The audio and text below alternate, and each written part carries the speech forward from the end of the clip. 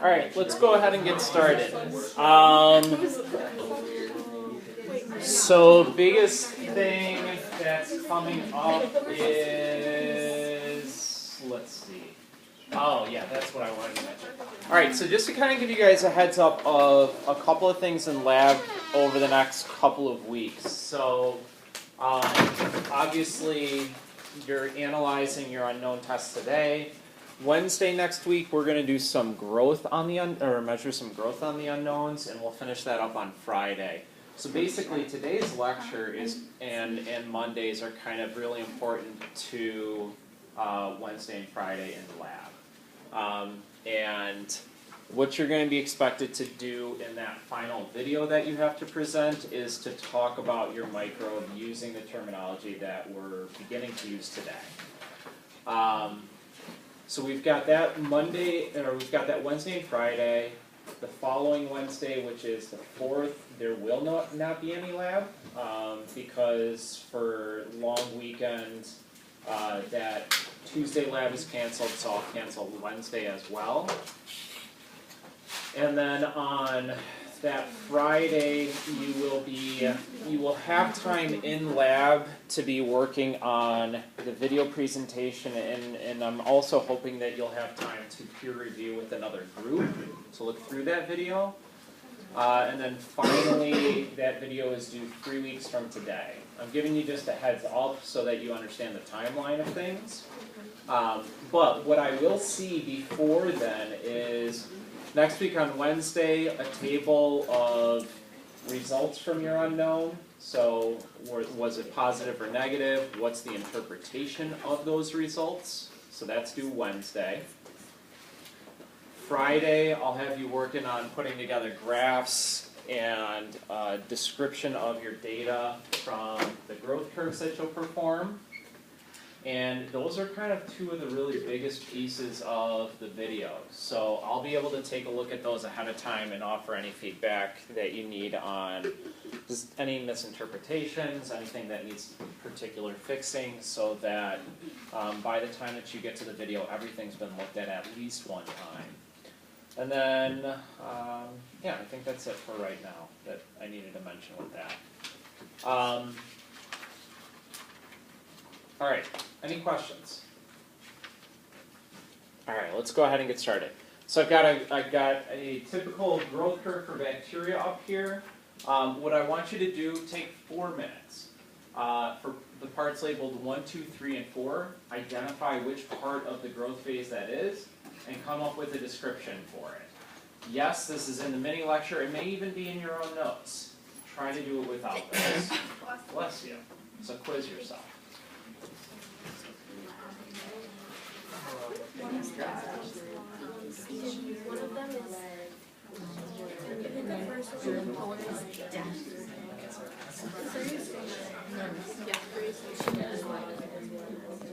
So what I'll do is I'll provide my description for them, and then what I want you guys to be able to do is to identify the phase and tell me which number it is. Okay? So let's start with the phase that has usually what it's characterized by, or what leads to it, is limited nutrients. Oftentimes it has equal amounts of death and growth of cells at the same time. Jaden? Number 3. Okay. Stationary phase. Perfect. Stationary phase. So typically stationary phase, what we find is this is at the end of a growth curve. Largely described by a limitation in nutrients to the organism. By the point that it's gotten there, it's pretty much metabolized most of what's available. All right, so next one. Another phase that is described by, or characterized usually by change in gene expression leading to some sort of, Sid? Okay, what's that one called? Lag phase. This one can be largely controlled in part by, again, it's dependent on nutrients that are available. So for example, and it can also be dependent on stress to the cell as well. For example, some bacteria undergo what we call a dioxic shift, and really what that means is that they will grow in the presence of one carbon source, and then once that carbon source is run out, they actually have to change gene expression so that they can metabolize that secondary carbon source. A classic example is lactose. So if an organism like Saccharomyces cerevisiae, which is brewer's yeast, if you put them in a mixed culture of glucose and lactose, they'll metabolize the glucose first, so they'll have a growth phase kind of like this. And then what you find is that in the case of Saccharomyces, as they exhaust all the glucose, they go through a secondary lag phase as they turn off the genes that are used to metabolize glucose and now turn on genes that are required to break down lactose. And so you've got kind of like a stationary / lag phase occurring at the same time there. Lag phase can be extended by the stress in the environment. So for example, there are particular environmental stresses like salt, for example, that in order for an organism to be able to even grow in the presence of salt, they have to not only express the genes to metabolize any carbohydrate or any carbon source that's there, but they also have to start expressing genes that protect them against that particular stress and accumulate, in some cases, what we call compatible solutes, things like sugars that help them to retain water in that high stress condition. All right. Which of these is a phase where, which one do I want to do? Amount of death is more than the amount of cells growing, or the number of cells that are replicating. Death phase, which is 4. Perfect. We don't always see this. Some cells may just go into like a long-term stationary phase, but if nutrients are exhausted, if toxic byproducts of metabolism are abundant, then we can find this death phase occurring. What's the last one up there then that we haven't mentioned? Log phase. Another name for it would be what? Exponential. And I bring this up because you will see both in articles. Typically, Europe uses exponential more often. The US oftentimes uses log to describe this particular phase. What's characteristic of this? So what's characteristic of log phase?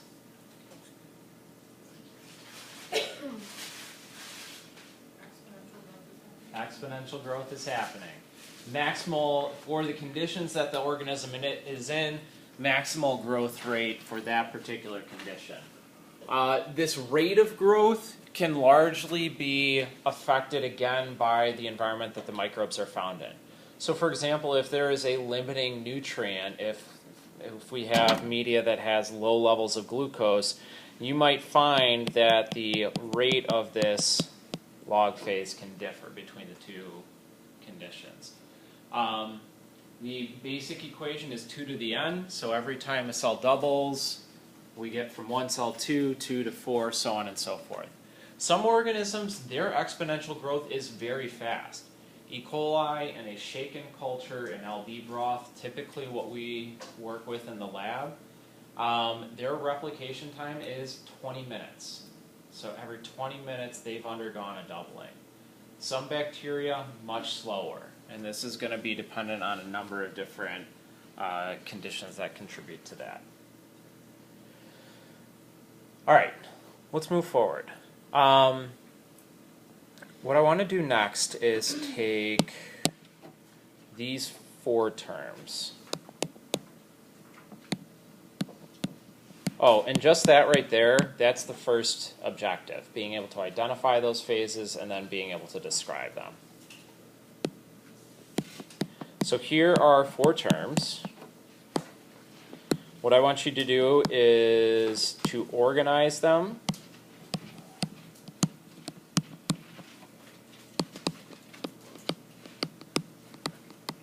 in either way that you see fit.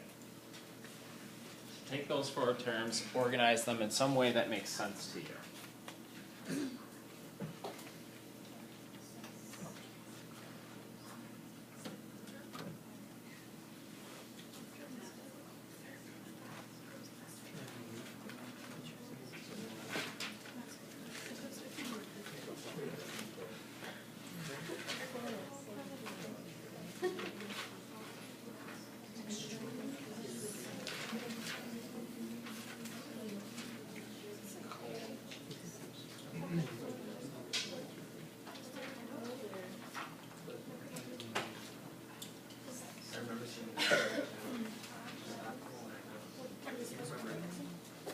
So look into your notes.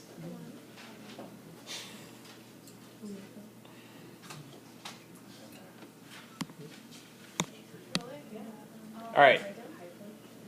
Who wants to organize these or order them? Can I not pronounce them? I order them. It's just a file. Okay. File? You do the first part, I'll finish it. Okay. Psycho File. is the coldest, Okay. and then mesophile is like the moderate or middle. Good.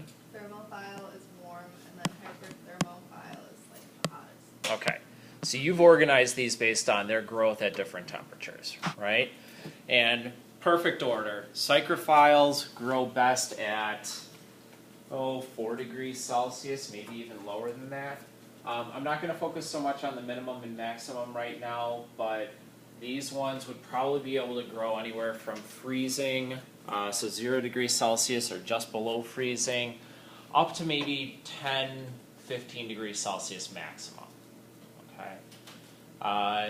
So to incubate these ones, you actually have to culture them in a fridge. Actually, is the best way. Slow growing though. Takes a couple of days to start to even see colonies for these on a plate. Mesophile, what temperature do mesophiles grow best at? A little bit warmer than that. I've excluded one of the other terms on here, but we'll come back to that. All right, we'll come back to mesophiles. Thermophiles? Quantity-wise? 50 degrees Celsius, maybe 60 degrees Celsius is usually around the optimal. It might be a little bit warmer than that. Hyperthermophiles, boiling water is basically the temperature that they can grow at, 100 degrees Celsius. We find hyperthermophiles, for example, in deep sea vents, where the temperature of the gases that are coming out of those deep sea vents can reach 100 degrees or more, and because of the pressure that's down there as well, allows for that temperature to occur without water boiling. Thermophiles, as we mentioned, probably around 50, 60, 70 degrees Celsius or so. Where might we find thermophiles? Hot springs. You're looking at the answers, and that's perfectly fine. So, hot springs are where we might find these. In fact, one of the best known enzymes that gets used most commonly for molecular biology is known as Taq polymerase. The Taq here refers to an organism known as Thermophilus aquaticus, found in the hot springs, and it's an archaea. And a lot of these organisms that are hyperthermophiles, for example, some of the thermophiles we would characterize as being archaea, not necessarily as bacteria. Why don't thermophiles cause disease?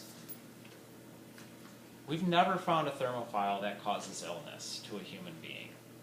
Paige? Because like the human body temperature is lower than that, so they Perfect. can't like optimally grow in your body. Perfect. The body temperature is too low to even support growth.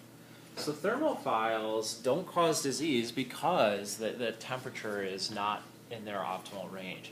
And actually, using that same principle, psychrophiles, we don't find cause disease either in humans. What's that? What's that? Why worry about that? Why worry about them? Not studying. Well, I didn't say we were going to study them per se. One, because they are awesome. I'll tell you, well, here. I'll tell you why we should probably be worried about psychrophiles, but more this group here, the psychotrophs. Psychotrophs grow at, some of them can grow up at like 30 degrees Celsius even, maybe a little bit higher in some cases, but psychotrophs are ones that are kind of in between mesophiles and psychrophiles. Those are your food spoilers. So, for example, if you've ever had a piece of like slimy deli meat, psychrophiles, or sorry, psychotrophs. That's what contributes to it. Yes, this is disgusting. Right? Another foodborne pathogen. So, I mean, one of it would be spoilage. Is really one of the reasons why we worry about something like a psychrophile. More so psychotrophs, though. There's some environmental concern with psychrophiles, Zach, but in terms of like medical importance, there's not a lot. There's not a lot. Probably there are two organisms more than others that we can concern ourselves a lot with psychotrophs.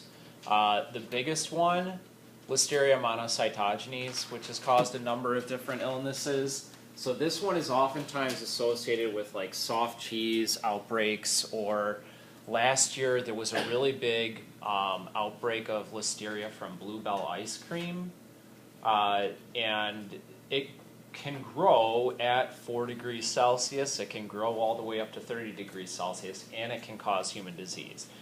But the infectious dose, how much it takes to cause disease, is really large because of the fact that it doesn't optimally grow at the human body temperature. Which of these do we concern ourselves with most often? Mesophiles. 37 is typically right around that optimal growth. E. coli, Salmonella, Staphylococcus, 37 degrees Celsius is the optimal growth temperature for these. Okay. Infectious dose for some of these, well, in some cases of E. coli outbreaks, the infectious dose has been estimated to be one single cell. One cell can cause illness. Okay, so incredibly low levels.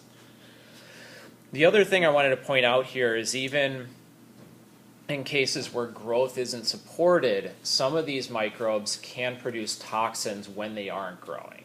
So for example, E. coli is one where refrigeration will inhibit the growth, but it still performs metabolism and still can survive at those temperatures. And so we find that in some of those stressful cases that they will produce toxins as a response. All right. I'm not going to focus so much right now on the pH because I'm sure that everybody can figure out the conditions that an acidophile grows best at, a neutrophile grows best at, a kilophile grows best at. The only one I wanted to make sure to point out is the difference between an acidophile and acidotolerant. Acidophiles have to be an acidic pH to be able to grow, and we're talking typically in ranges of 4, 3, 2, 1 as pH values. Acidotolerant organisms are going to be ones that can grow at neutral pH and actually have a pretty broad range in terms of like their optimal pH values that they can grow in. So typically they can grow pretty well at 7, and then 6, 5, 4, they have pretty even growth throughout that whole range as well. Those are our tolerant organisms. Classic example there, the lactobacillus, the bacteria we use to make cheeses and yogurts, etc., are acidotolerant organisms. The other one I'm not going to spend tons of time right now focusing on are the halophiles, salt lovers.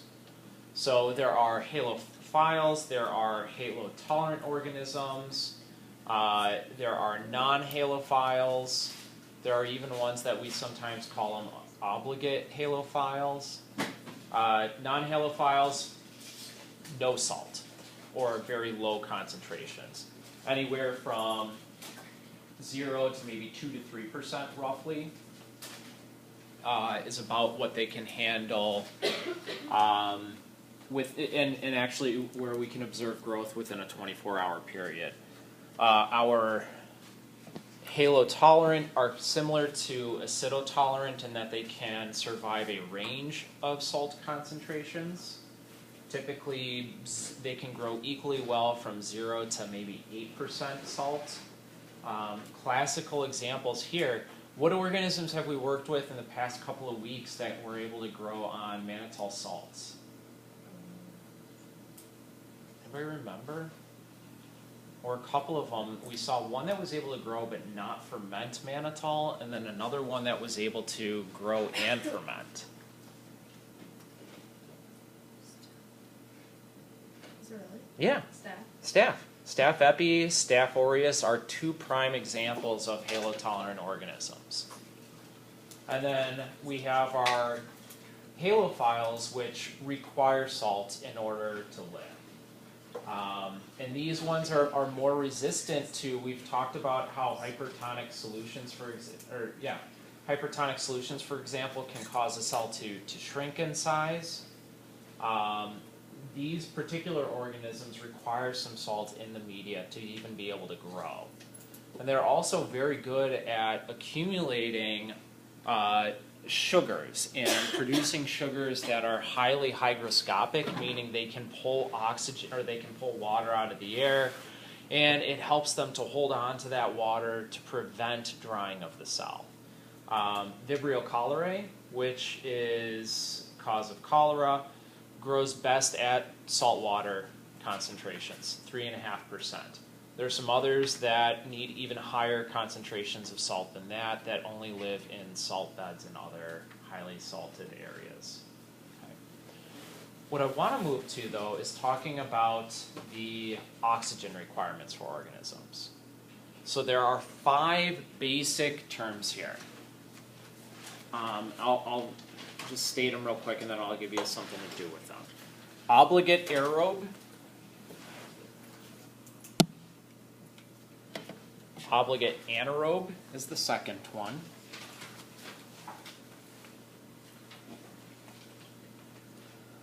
Third is microaerophile.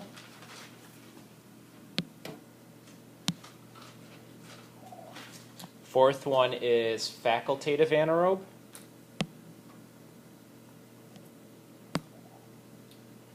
And the last one is aerotolerant anaerobe.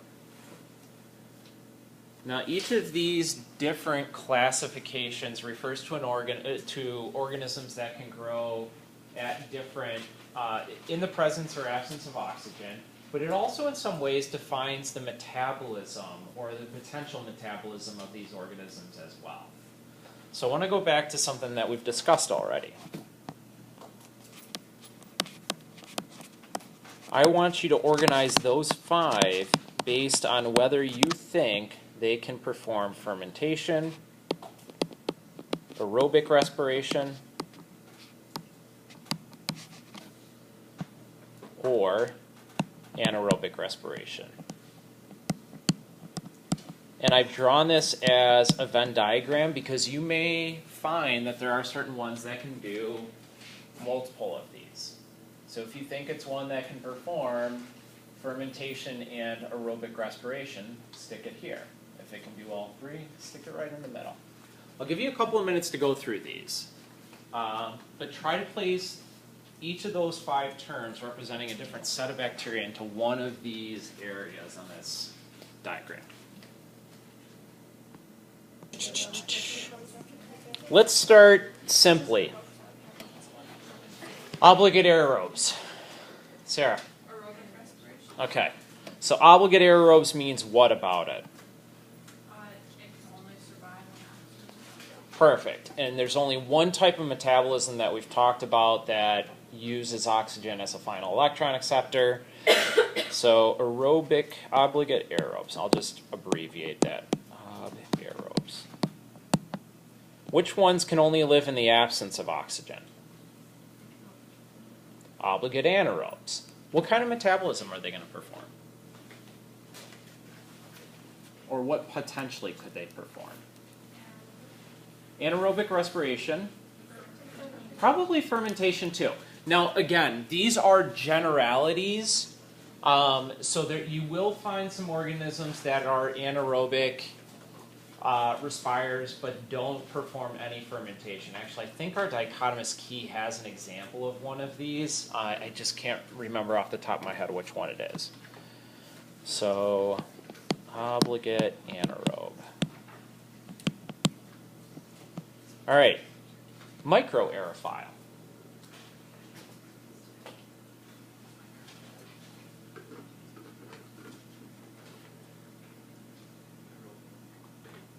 Yeah.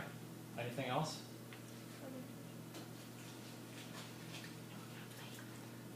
So micro means what? The coolest subject on the face of the earth. Little oxygen, right? These ones only perform aerobic respiration. They don't perform anything else. And these are, out of those 5 categories, these are actually the most rare in terms of what we've actually been able to isolate. So those microaerophiles, in terms of their, at least, methods of metabolism that we've talked about, fit best with the obligate aerobes. There are some other minor differences. We'll focus on those differences in terms of what other enzymes they have on Monday. We'll save that for a later conversation. How about our facultative anaerobes? Sarah? Anaerobic respiration. Okay. Any others? They also can do aerobic and fermentation. These kind of hit all 3. Great example, E. coli. Uses nitrate as a final electron acceptor, can use oxygen as a final electron acceptor, can ferment glucose, and I'm pretty sure lactose, but not sucrose. So, facultative can, oh gosh, facultative. Can perform all 3 potentially. Last set, aerotolerant anaerobe.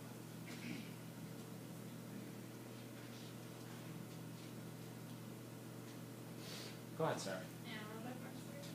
It's a good start. And aerobic respiration. Ooh. Fermentation, not aerobic respiration though. Aerotolerant would mean it can tolerate the oxygen, but the second part there, anaerobe, defines its metabolism. So this is an organism that, yeah, just as I said, can tolerate that oxygen, but never uses it for a final electron acceptor. So, oh.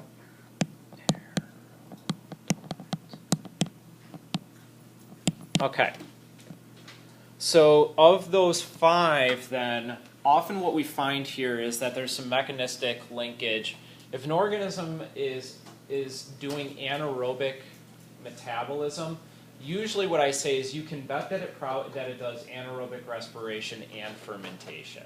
There are exceptions to that, but that generally is a pretty good guideline to go by. If it's aerobic, if it's something that requires oxygen to live, obviously the only thing it can do is aerobic respiration.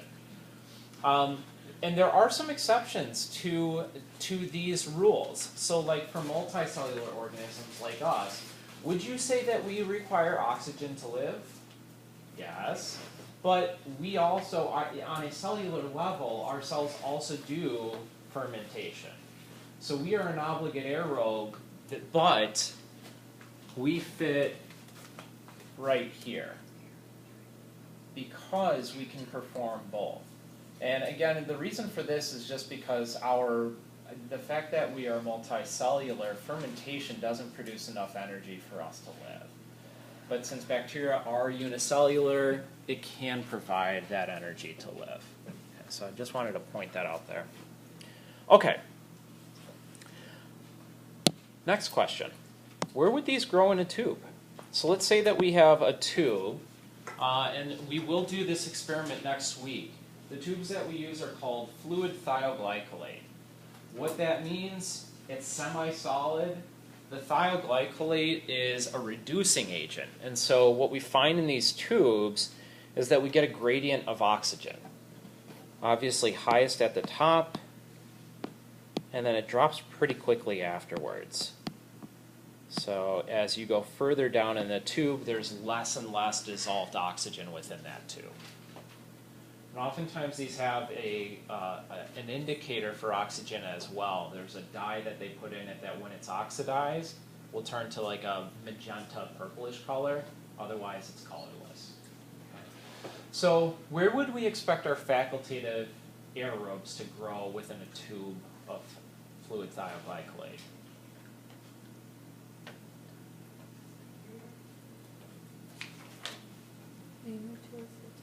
Mainly towards the top. Obligate, no, I meant to say obligate aerobe. Okay. Obligate aerobe. Facultative, absolutely, everywhere. And we'll come back to that one in a minute. But our obligate aerobes, mainly we're just going to see them right at the top there. How would that differ from a microaerophile?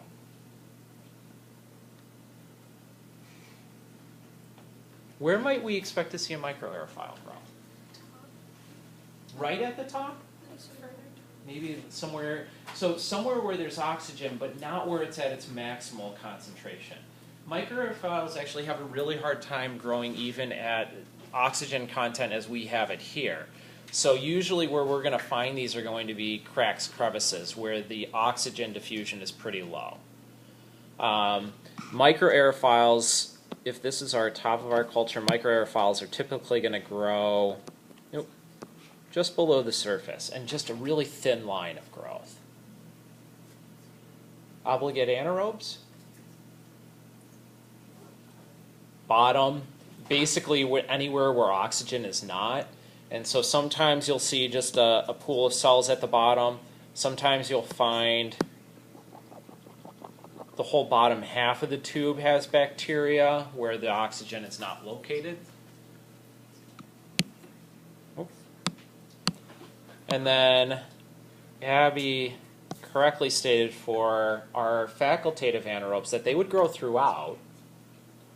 But there's a little bit, it's a little bit more nuanced than that. And sometimes we can't actually see this nuanced difference.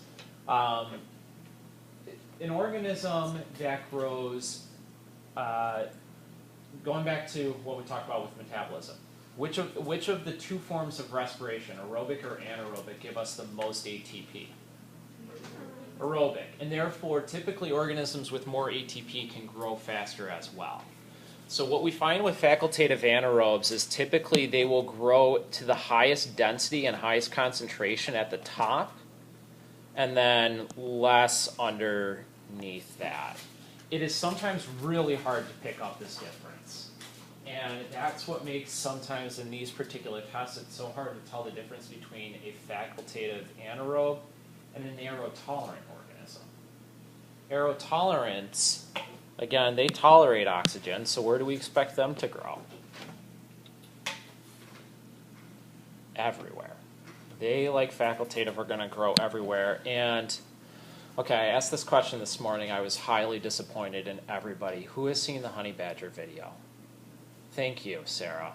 What does the honey badger not give? It doesn't give a shit.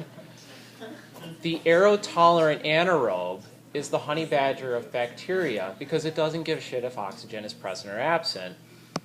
It grows equally everywhere. If you have not watched that video, this is required homework for the weekend. I will give it a quiz on it on Monday. All right. Oh, What was the second one? this one here, Yeah. facultative anaerobe. So typically these ones will grow better at the top than they will at the bottom because of the ATP yield that they get. Now, there are some other things that contribute to these growth patterns as well. That becomes conversation later in the week. I'm going to just skip ahead real quick and I'm going to show you what these actually look like.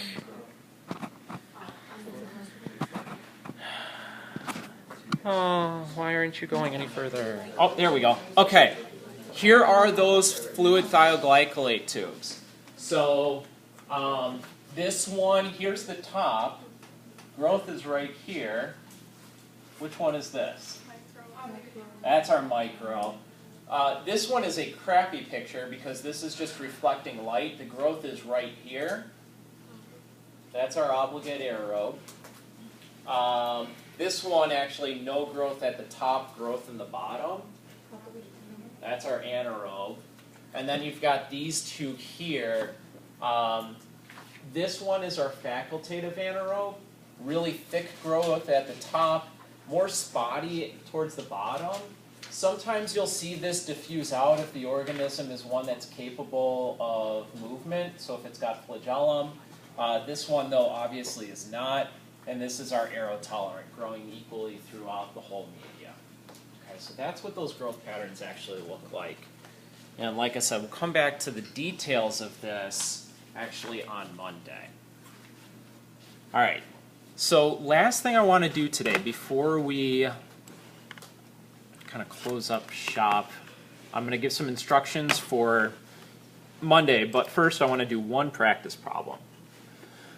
So this problem is going to be this number 2 right here. Let's see if I can zoom in. Where's my zoom in button? Oh wow.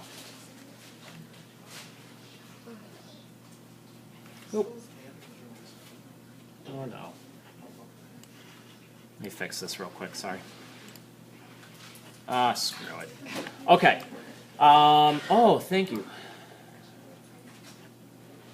Okay. Sorry.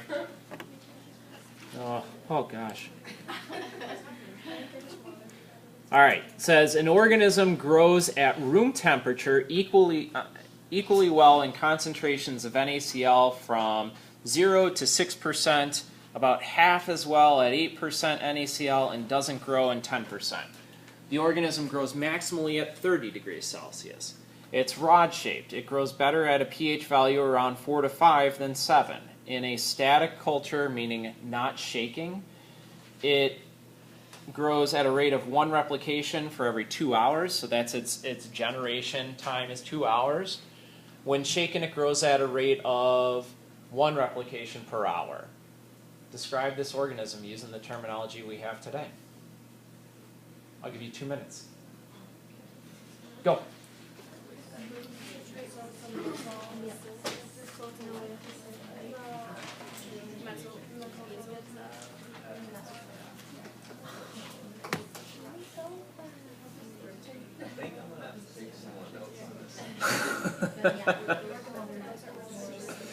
We will, so Zach, we'll use these terms in lab throughout the next couple of weeks, actually, and then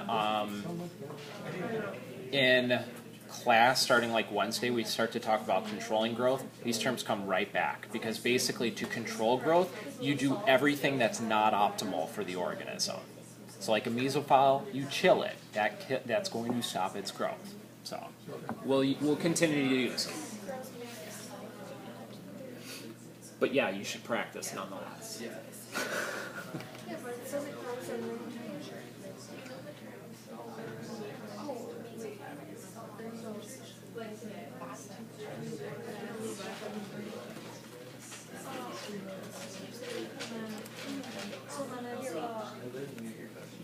Sure.